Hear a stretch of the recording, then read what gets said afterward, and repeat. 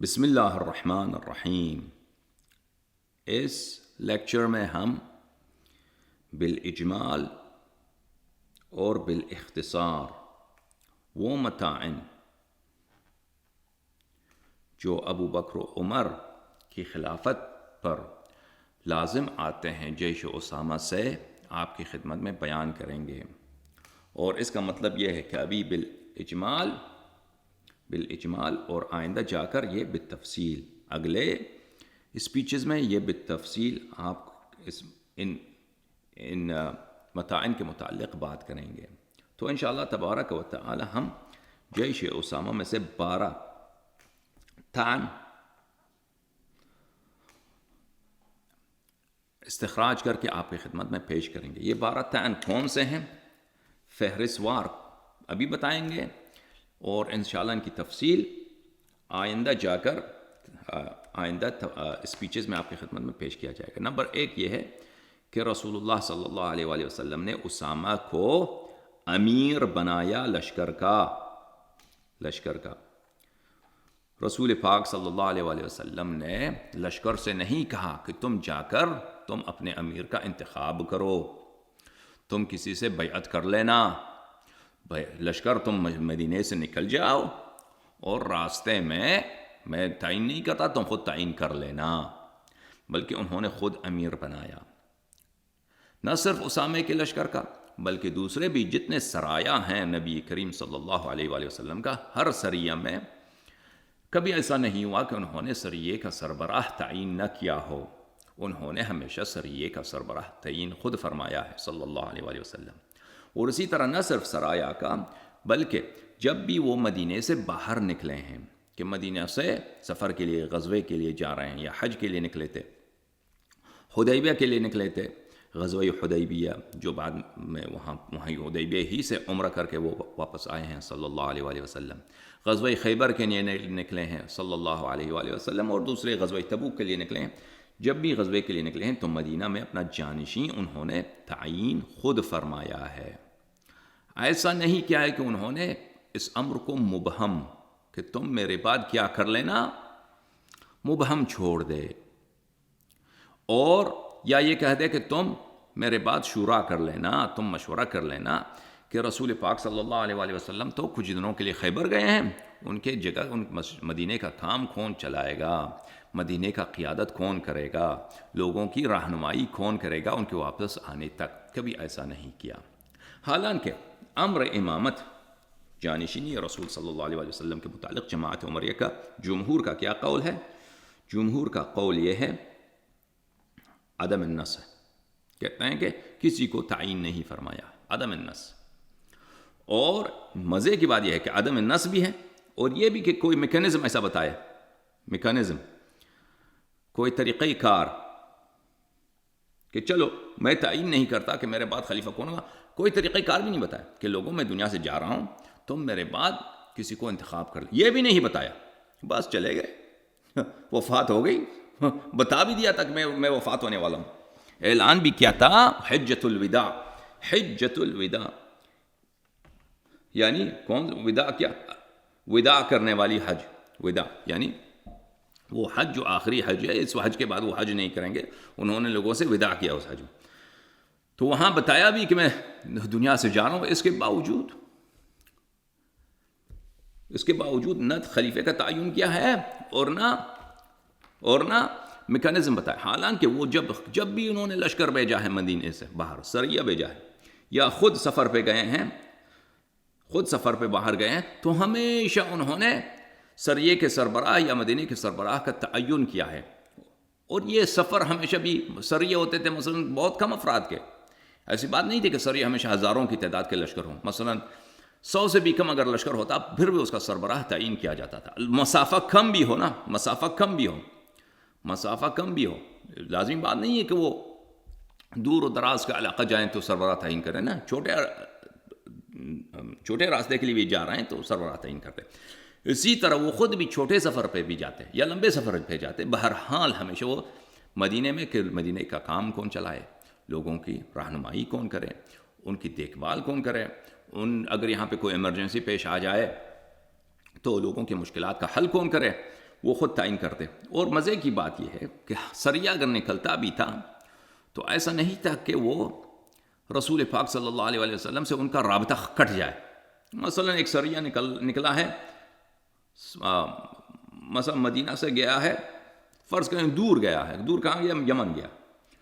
تو یمن جانے سے ایسا نہیں ہے کہ وہ اگر ان کو کوئی مشکل پیش آتا ہے تو وہ رسول پاک صلی اللہ علیہ وآلہ وسلم کو کوئی نہیں بیچ سکتے. وہ ہمیشہ ان کے لیے ممکن ہے کہ ایک شخص کو ایک خط لکھ کر قاصد بنا کر بھیج دیں کہ بھئی یہ مسئلہ پیش آئے، تم جا کے مدینے میں یہ پتہ کر لینا کہ رسول پاک صلی اللہ علیہ وآلہ وسلم کا حکم مبارک کیا ہے. یا رسول پاک صلی اللہ علیہ وآلہ وسلم مثلا خود خیبر تشریف لے گئے، غزوہ خیبر، فتح خیبر کے لیے، ٹھیک ہے. تو ایسا نہیں ہے کہ مدینے کی خبر ان سے کٹ جائے. مدینے سے لوگ آتے ہیں، وہ خود ایسے کر سکتے ہیں کہ کسی کو مدینے بھیج دیں کہ بھئی مدینے کا خبر لے لو، میرے لیے لے کے آؤ، یا یہ حکم مدینے والے تک پہنچا دو. یہ ان کے لیے ناممکن نہیں ہے. لیکن اس کے باوجود چھوٹی سفر، ہاں سفر ہے، کیا ہے؟ چھوٹا سفر. یا معاف کیجیے اگر یہ مجھے مذکر مؤنث کہنا اردو میں، کیونکہ میں اہل زبان نہیں ہوں. سفر ہے ان کی چھوٹی، مسافہ ہے کم، رابطہ برقرار، کٹتا نہیں ہے. اچھا، لیکن آخرت کا سفر، ہاں آخرت کا سفر کیا ہے؟ بہت لمبی سفر، بہت ہی لمبی سفر، ہزاروں ہزار سال کا سفر. مسافہ کیا ہے؟ مسافہ ایسا ہے کہ وہ دنیا ہی اور ہے.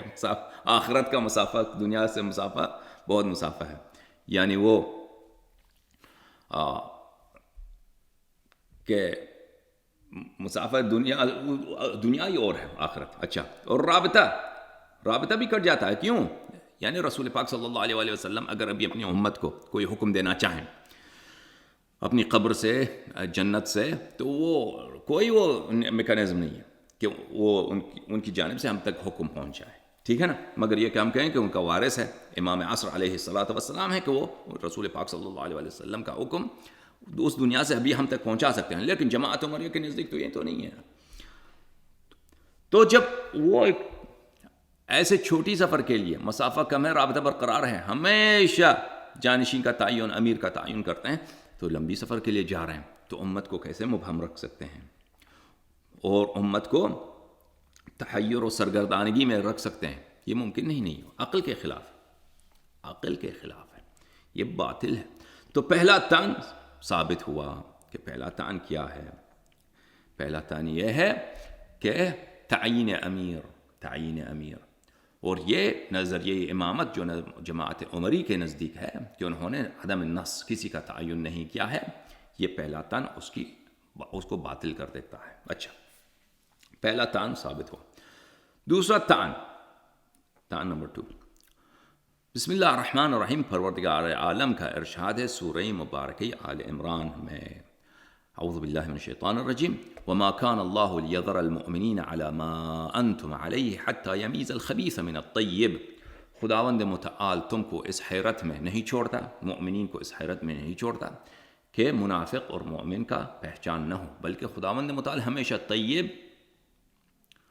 اور غیر طیب کا پہچان کر دیتا ہے. خداوند متعال طیب اور غیر طیب یعنی خبیث، ناپاک، طیب اور ناپاک کا پہچان اور تمیز کرتا ہے. تمیز. اچھا، یہ مقدمہ نمبر 1. مقدمہ نمبر 2، رسول اللہ صلی اللہ علیہ وآلہ وسلم عقل العقلاء ہیں، یعنی سب سے عقل مند. اور عقل مند شخص ہونے کے نزدیک رسول اللہ صلی اللہ علیہ وآلہ وسلم کو اپنے کاموں کا معانی کا پتہ ہے. عقل مند اپنے کام کا معنی جانتا ہے کہ اگر میں یہ کام کروں تو اس کام کا معاشرہ اس کو کس لحاظ سے دیکھے گا، کس آنکھ سے دیکھے گا، کس نگاہ سے دیکھے گا. مثلا آپ اگر عقل مند آدمی ہیں تو ایسا کپڑا پہنیں، لال کپڑا پہن کے محلے میں نکل جائیں، تو آپ کو پتہ ہوگا کہ یہ مناسب کام نہیں ہے، یہ کام آپ کریں گے تو لوگ آپ کا مذاق اڑائیں گے. مثلا آپ اپنے سر کو ٹھنڈ کر دیں، سر شیو کر دیں، وہ نکل جائیں محلے میں، تو آپ کو پتہ ہے کہ لوگ آپ کو عجیب نگاہوں سے دیکھیں گے کہ یہ آدمی نے ایسا کام کیوں کیا ہے جو عام طور پہ یہ نہیں کرتا تھا. مثلاً آپ اپنے خاتون کو مثلاً لے کر جو عام طور پہ آپ نہیں جاتے ہیں، مثلاً آپ ان کو بٹھا دیں کسی کیا بولتے ہیں سوئنگ پہ بٹھا دیں، مثلاً جو جھولا ہوتا ہے اس پہ بٹھا دیں سب کے سامنے، تو آپ کو پتہ ہے کہ یہ ایک محترم شخص یہ کام نہیں کرتا. وہ کہیں گے کہ لوگ مجھے دیکھیں گے، لوگ مجھے یہ کہیں گے کہ یہ شخص کو اپنی احترام کا پتہ نہیں ہے، اپنے کام کا معنی نہیں جانتا ہے. تو رسول پاک صلی اللہ علیہ وسلم عاقل العقلاء ہیں، وہ اگر کوئی کام کرتے ہیں تو ان کو پتہ ہوتا ہے کہ ان کے کام کے معانی کیا ہیں. نمبر 4، رسول اللہ صلی اللہ علیہ وسلم اسامہ جو نہ علم کے لحاظ سے، نہ تقویٰ کے لحاظ سے، نہ خاندان کے لحاظ سے، کسی بھی لحاظ سے ایک ڈسٹنگوش شخصیت نہیں ہے، صاحب امتیاز شخص نہیں ہے. ایک 17 سالہ نوجوان ہے، اس سے پہلے بھی ایک جنگ میں گیا تھا تو اس نے وہاں پہ ایک بے گناہ شخص کو اسے قتل کیا تھا. اس کی حدیث بھی موجود ہے، میں آئندہ آپ کو دکھاؤں گا. صاحب امتیاز شخص نہیں ہے، تو اس کو جب انہوں نے کیا کیا ہے، ابو بکر و عمر کا کمانڈر بنایا ہے، اس کو امیر بنایا ہے، تو اس کام کے مترادف ہے کہ آپ ایک ہائی اسکول، وہ 17 سال اس کی عمر ہے، ایک ہائی اسکول کا جو طالب علم ہے، ہائی اسکول کا طالب علم، اس کو جنرل بنا دیں. ٹھیک ہے نا؟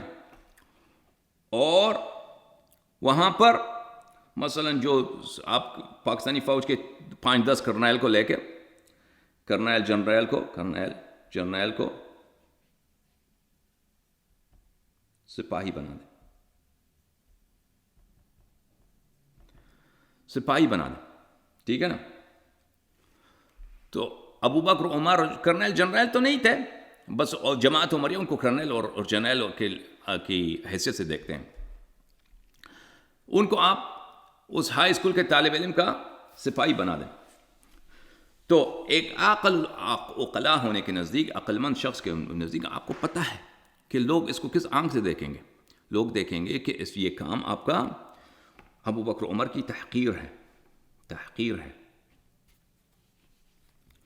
ان کو تحقیر ہے، تصغیر ہے، ان کی بے عزتی ہے کہ وہ بھائی ٹھیک ہے فوجی کاموں میں ابو بکر عمر کا کوئی کارکردگی نہیں ہے. ابو بکر عمر کا فوجی کاروں میں، عسکری کاموں میں کوئی کارکردگی. اسی طرح اسامہ کا کوئی کارکردگی نہیں ہے، اسامہ کا بھی کوئی کارکردگی نہیں ہے. رسول پاک صلی اللہ علیہ وسلم کیا چاہتے ہیں؟ کیا ان کو اپنے کام کا، اپنے عمل کا معنی پتہ ہے کہ وہ کیا کر رہے ہیں، کہ لوگ اس کو کس لحاظ سے دیکھیں گے؟ بالکل پتہ ہے. صحابہ نے شکایت بھی کی ہے کہ آپ ایک ایسے شخص کو جو بالکل رسیدہ نوجوان ہے، اس کو آپ وہ بنا رہے ہیں، آپ ہم پہ ان کو فوج کا قائد بنا رہے ہیں. تو انہوں نے شکایت بھی کیا تھا، لیکن اس کے باوجود رسول اللہ صلی اللہ علیہ وسلم نے اصرار کیا ہے کہ یہ صحیح ہے، یہی آپ کا جنرل ہوگا اور یہی فوج کے ساتھ نکلے گا.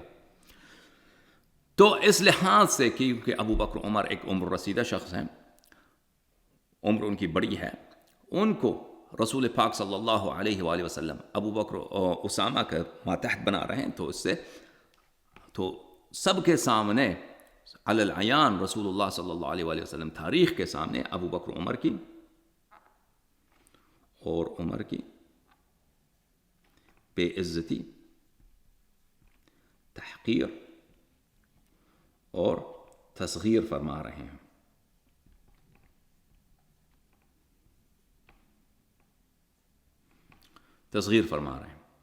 ٹھیک ہے نا؟ یہ واضح و آشکار ہے کہ اگر آپ مثلا ایک ادارے میں کام کرتے ہیں، وہاں آپ کے پاس فرض کریں آپ ایک ہائی اسکول میں ہیڈ ماسٹر ہیں، آپ کے پاس 10 ٹیچر کام کرتے ہیں. تو آپ وہاں پہ 10 ٹیچروں میں ایک طالب علم کو، جو ایک وہاں پہ 18 سالہ ایک نوجوان ہے، اس کو آپ آ کر ان پہ سب پہ انچارج بنائیں ٹیچروں پر. وہ ٹیچر آپ کو کیا گالی نہیں دیں گے؟ ٹیچر نہیں کہیں گے کہ آپ کی یہ کام بالکل غلط ہے، مگر یہ کہ وہ ٹیچر بہت ہی کرپٹ ہیں، ٹیچر بہت ہی کمینے ہیں. کمینے ہیں اور بہت ہی کرپٹ ہیں کہ ان سے تو وہی 17 سالہ نوجوان، وہی ہائی اسکول کا طالب علم ان سے بہتر ہے۔ اگر ایسا ہے تو پھر ٹھیک ہے۔ تو کیونکہ رسول پاک صلی اللہ علیہ وآلہ وسلم کا ہر کام صحیح ہوتا ہے، اور ان اتبع الا ما یوحى الی، میں کچھ کام ہی نہیں کرتا، قرآن پاک کا حکم ہے، میں کچھ کرتا ہی نہیں مگر یہ کہ وہ حکم الہی ہو۔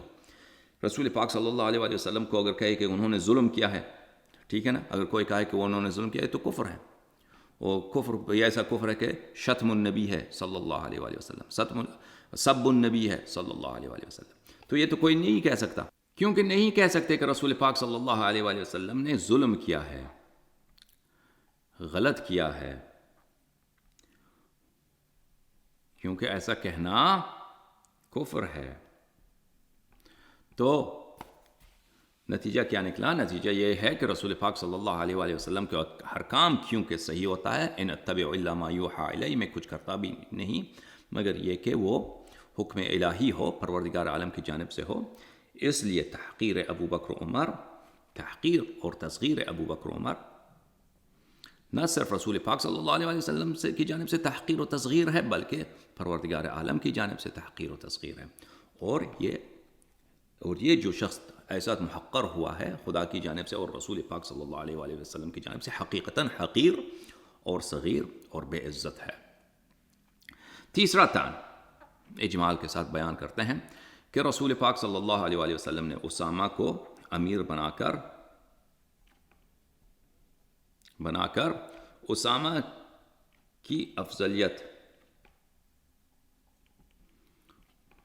ثابت کیا ہے اور ابو بکر عمر کی مفضولیت، اور عمر کی مفضولیت کہ اسامہ ابو بکر عمر سے افضل ہیں، اور کیونکہ اسامہ ایک عام مسلم، کچھ بھی ڈسٹنگوش کریکٹرسٹک اس میں نہیں ہے، اگر وہ افضل ہیں، ابو بکر عمر سے افضل ہیں، تو ابو بکر تو عمر کا ایمان میں، اسلام میں ان کا درجہ بہت ہی نیچے ہے، بہت ہی گٹھیا ہے۔ کیوں؟ کیونکہ ایک عام مسلمان ان کا امیر بن چکا ہے۔ اور یہ کہ تقدیم افضل عقل کی لحاظ سے، قرآن کی لحاظ سے، سنت کی لحاظ سے، اور سیرہ متشرعہ کے لحاظ سے، صحابہ کے اقوال کے لحاظ سے ہم ثابت کریں گے کہ افضل مقدم ہے۔ افضل مقدم ہے، مثلا ایک شخص ہے پروفیسر، اس نے 20 سال تعلیم حاصل کی ہے، پی ایچ ڈی لیا ہے۔ ایک شخص ہے طالب علم ہے ہائی اسکول کا، ہائی اسکول میں وہ طالب علم ہے، تو کون شخص جو ہے کس شخص کو آپ بنائیں گے ٹیچر، کس شخص کو آپ بنائیں گے پروفیسر؟ تو پتہ ہے، تو واضح ہے کہ افضل مقدم ہے، مفضول مقدم نہیں ہے۔ ایک شخص جس میں صلاحیت زیادہ ہے، اگر آپ اس کو پروموٹ نہ کریں اور وہ شخص جس میں صلاحیت کم ہے اس کو پروموٹ کریں تو یہ ظلم ہے، یہ ظلم ہے۔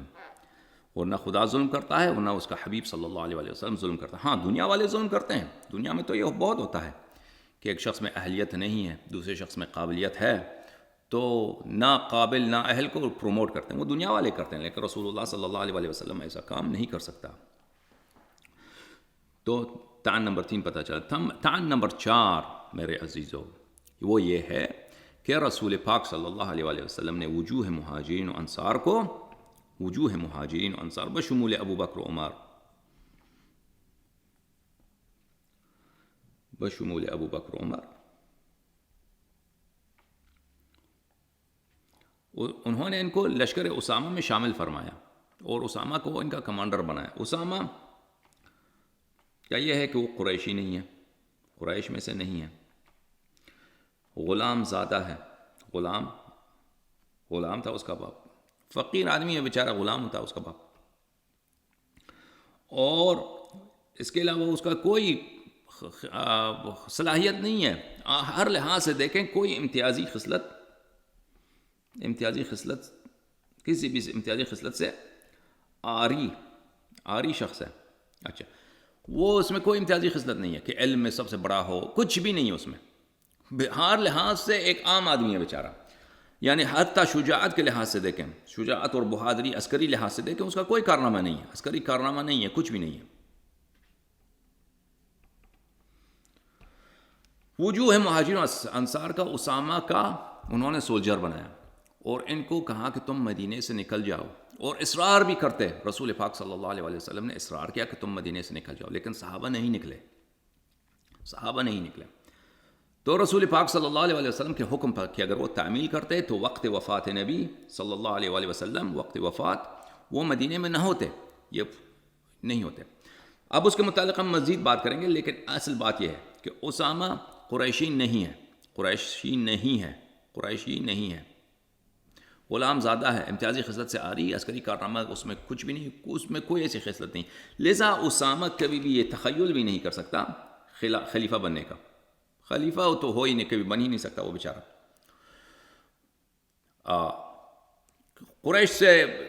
قریش کا جو صفت ہے وہ اس لیے اہم ہے کہ قریش جو تھا سب سے ایلیٹ ٹرائب تھا سعودی عرب میں، جزیرۃ العرب میں، سب سے جو ہے جانا پہچانا اور محترم اور سب سے زیادہ ان کو ماننا اثر و رسوخ والا قبیلہ جو تھا وہ قریش تھا، جاہلیت میں بھی اور جاہلیت کے بعد اسلام میں بھی رسول اللہ صلی اللہ علیہ وسلم کا تعلق بھی قریش سے تھا۔ اور اس کے علاوہ آپ دیکھیں ثقیفہ بنی ساعدہ میں انصار جو ہے وہ اپنا خلیفہ بنانا چاہتے تھے، تو ابو بکر نے ان کو سے یہی کہا کہ تم قریش میں سے نہیں ہو، عرب تمہاری بات نہیں مانے گی، عرب تمہاری اطاعت نہیں کرے گی، تم قریش میں سے نہیں ہو، کیونکہ وہ ٹرائبل سسٹم تھا۔ تو ایسا شخص جو کبھی خلیفہ نہیں بن سکتا، ان سب کو ان کا کمانڈر بنایا، ان کو حکم دیا کہ مدینے سے نکل جاؤ، مدینے سے نکل جاؤ۔ اور یہ ان کے وفات سے کچھ دن پہلے کی بات ہے، اگر وہ اطاعت کرتے ہیں مدینے سے نکلتے تو تاریخ بدل ہو، کچھ اور ہوتا ہے اسلام کا، لیکن صحابہ نے نہیں مانا حکم رسول صلی اللہ علیہ وسلم کی، انہوں نے تعمیل نہیں کی، انہوں نے عمل نہیں کیا ہے، اور رسول پاک صلی اللہ علیہ وسلم نے کبھی ان کو اجازت نہیں دی کہ چلو ابھی میں بیمار ہوں تم نہ نکل جانا۔ رسول پاک صلی اللہ علیہ وسلم مسلسل کہتے رہے کہ تم نکل جاؤ، لیکن وہ نہیں نکلے۔ بہرحال تو وجوہ مہاجرین و انصار جب اس کے ماتحت بن جاتے ہیں جو کبھی خلیفہ نہیں بن سکتا، تو اگر اسامہ کبھی خلیفہ نہیں بن سکتا تو یہ وجوہ مہاجرین و انصار کبھی بھی ان میں خلیفہ بننے کی کوئی اہلیت نہیں ہے، کیونکہ رسول پاک صلی اللہ علیہ وآلہ وسلم عاقل العقلاء ہیں۔ رسول پاک صلی اللہ علیہ وآلہ وسلم اپنے کام کے معانی جانتے ہیں، اور ان کو پتہ ہے کہ ان کے کام کو انالائز کیا جائے گا، دیکھا جائے گا، صدیوں بعد لوگ دیکھیں گے۔ ان کے احادیث میں جھوٹ داخل کرنا زیادہ آسان ہے کہ کہیں کہ بھئی رسول پاک صلی اللہ علیہ وسلم نے یہ کہا وہ کہا، لیکن ان کے کام کو تبدیل کرنا، انہوں نے فلان جگہ انہوں نے سفر کیا ہے، فلان جگہ انہوں نے یہ کیا وہ کیا، اس کو تبدیل کرنا زیادہ مشکل ہے، خاص کر یہ کہ مثلا سب کے سامنے وہ ایک شخص کو، سب صحابہ کو وہ شامل کرتے ہیں لشکر میں اور ایک شخص کو اس کا امیر بناتے ہیں، تو اس واقعے کو جھٹلانا، اس واقعے کو بھول جانا، اس واقعے کو تبدیل کرنا یہ ناممکن نہیں ہے، لیکن مشکل بہت زیادہ ہے، مشکل بہت زیادہ ہے۔ تو رسول پاک صلی اللہ علیہ وسلم پوری تاریخ کے لیے ایک درس لے کے چھوڑ کے جا رہے ہیں کہ یہ وجوہ مہاجرین و انصار جو ہیں، مہاجرین و انصار کے جانے پہچانے شخصیت، جب ان کو ان کا سولجر بنایا جا رہا ہے ایک ایسے شخص کا جو کبھی خلیفہ نہیں بن سکتا، تو ان کے خلیفہ نہ بننے کا اور ان کی خلافت کی عدم صلاحیت کا وہ تاریخ کو شہادت دے رہے ہیں کہ یہ کبھی بھی میرے بعد جو ہے وہ خلیفہ نہیں بن سکتے، یعنی ان کی صلاحیت نہیں ہے۔ اچھا، یہ نمبر 4 تعین آپ کے سامنے پیش کیا گیا۔ نمبر 5 سے آگے انشاءاللہ تبارک و تعالی دوسرے لیکچر میں بیان کریں گے۔ وصلی اللہ علی سیدنا محمد وعلی الطاہرین۔